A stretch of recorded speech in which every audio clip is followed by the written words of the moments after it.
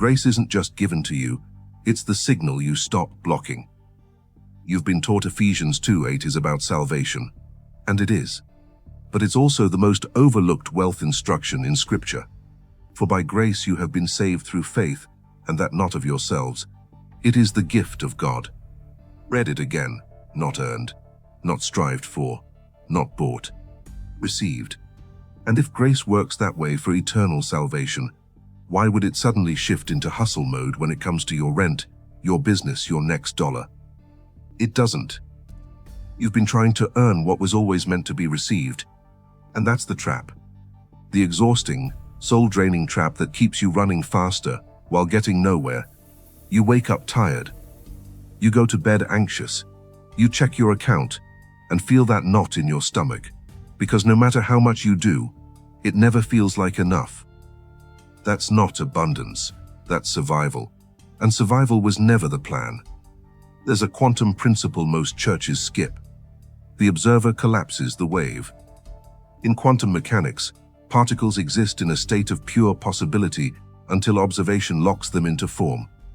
Your focus, your belief, your energetic state, that's not mysticism, that's physics. And grace? Grace is the purest receiving frequency in existence. It's the energetic posture that says, I don't have to force this. I don't have to prove this. I trust the source. When you're striving, you're broadcasting lack. When you're performing, you're transmitting unworthiness. But when you rest in grace, you align with the field of infinite provision. The same grace that saved you is actively funding your reality. Think about it. When you got saved, you didn't work for it. You didn't earn your way into heaven. You didn't present God with a resume of good deeds and hope He'd accept you. You simply believed, you received, you opened your hands and said yes. And everything changed. So why do you think money works differently? Why do you believe provision requires you to sweat and stress and sacrifice your peace? Because someone taught you that. Someone told you God helps those who help themselves, even though that's not in the Bible. Someone convinced you that faith without works is dead, and then twisted that verse into a justification for burnout. But works flow from faith, not the other way around. Have you ever noticed how the hardest you tried, the less that came? Drop a comment if you've felt that. If you've worked yourself to exhaustion and watched the money still slip through.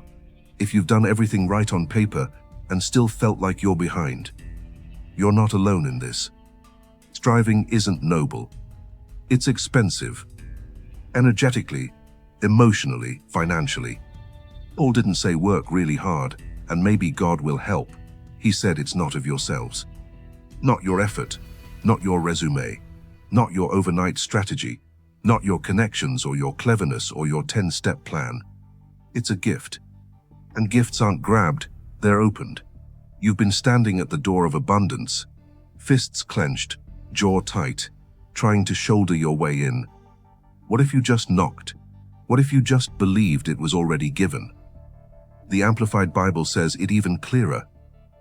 This salvation is not of yourselves, not through your own striving, but it is the gift of God. Salvation, provision, healing, breakthrough, opportunity, favor, same frequency, same source, same grace. If you want to go deeper into this, into the daily practice of aligning Scripture with quantum activation, I created the Quantum Wealth Scripture Journal, 30 days, Bible plus Quantum Wealth Keys.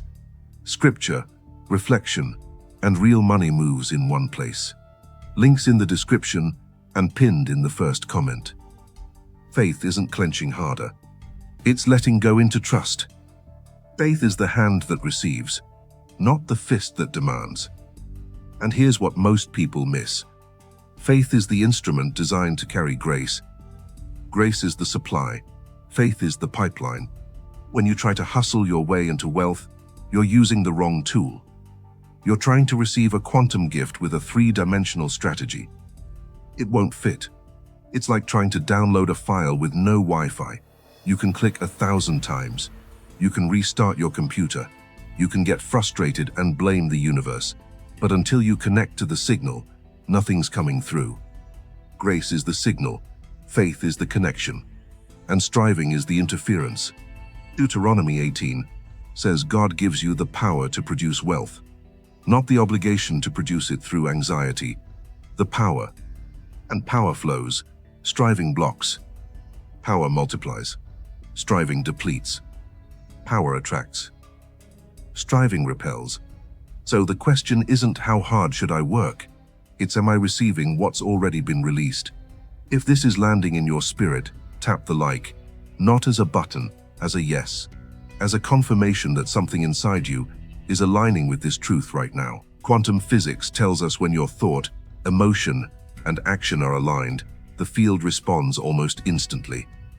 But when you're thinking abundance, feeling fear, and doing from exhaustion, the signal scrambles. The universe doesn't hear your words. It reads your frequency. And grace, true grace, hums at the tone of rest, trust, and divine supply. You can't fake it. You can't perform it. You embody it. That means stop trying to convince God you're worthy of the check. He already released it. Stop running 10 strategies hoping one works. Align one move with grace and watch it multiply. Stop white-knuckling your business. Let the same God who saved you resource you. Stop looking at what everyone else is doing and wondering why it's not working for you. Their grace looks different than yours. Their assignment is different. Their timeline is different. You're not late. You're not behind. You're not forgotten. You're being prepared to receive what you used to think you had to chase. Philippians 4:19 promises, "My God shall supply all your need according to his riches in glory," not according to your performance, not according to your degree, according to his riches. And his riches operate on grace math, not effort math. Grace math says 5 loaves feed 5,000. Grace math says a widow's oil doesn't run out. Grace math says a tax shows up in a fish's mouth exactly when you need it. Effort math says work harder, longer, faster. Grace math says rest deeper, trust stronger, receive wider. When you understand that, everything shifts. You stop begging and start expecting. You stop forcing and start flowing. You stop comparing your chapter 3 to someone else's chapter 20. Because you realize your supply isn't tied to their timeline. It's tied to grace. And grace doesn't run out. It doesn't play favorites. It doesn't require you to be perfect. It just requires you to receive.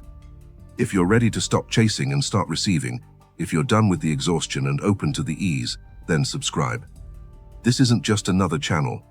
It's a frequency shift. A community for the ones who see beyond the grind, who know the Bible wasn't written in past tense, who are ready to live what most people only quote.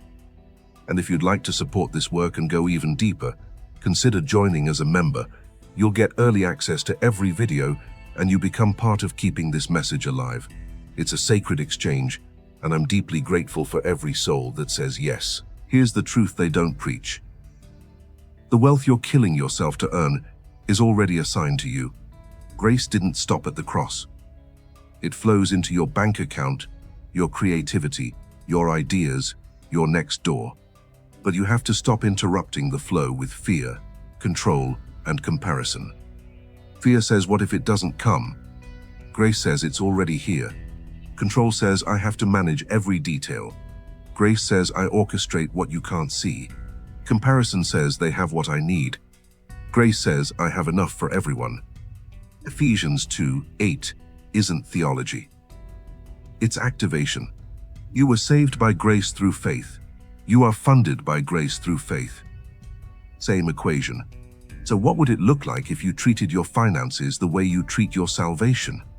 With trust, with gratitude, with confident rest in a God who already gave everything. You wouldn't beg, you'd receive. You wouldn't panic, you'd expect. You wouldn't compare, you'd create from overflow. And that is the quantum field locking into form around your life. Think about every time you've received something you didn't work for. A surprise check, an unexpected opportunity, a door that opened when 10 others slammed shut.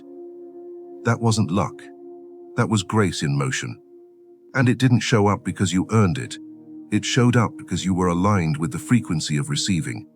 Most people live their entire lives in transmission mode, pushing, proving, projecting. But wealth, real wealth, requires you to switch into reception mode. To be still, to trust, to know. That's what grace trains you to do. It recalibrates your nervous system from survival to abundance, from scarcity to overflow, from I have to make this happen to it's already done.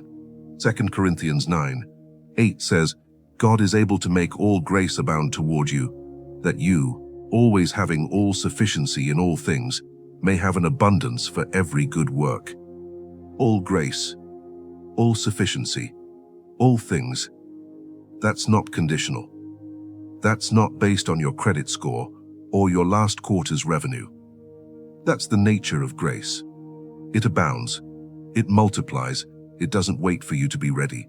It makes you ready. But you have to stop rejecting it with your striving. Every time you say I'll rest when, you're telling grace to wait.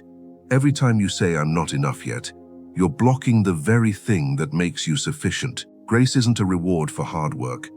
It's the foundation hard work is supposed to flow from. You work from rest, not for rest. You create from overflow, not toward it. And when you finally get that, when it clicks in your spirit and not just your mind, everything you touch starts to shift.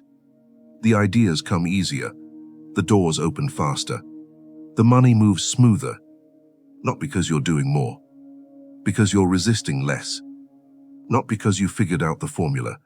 Because you surrendered to the frequency. You stopped trying to be enough and started believing you already are.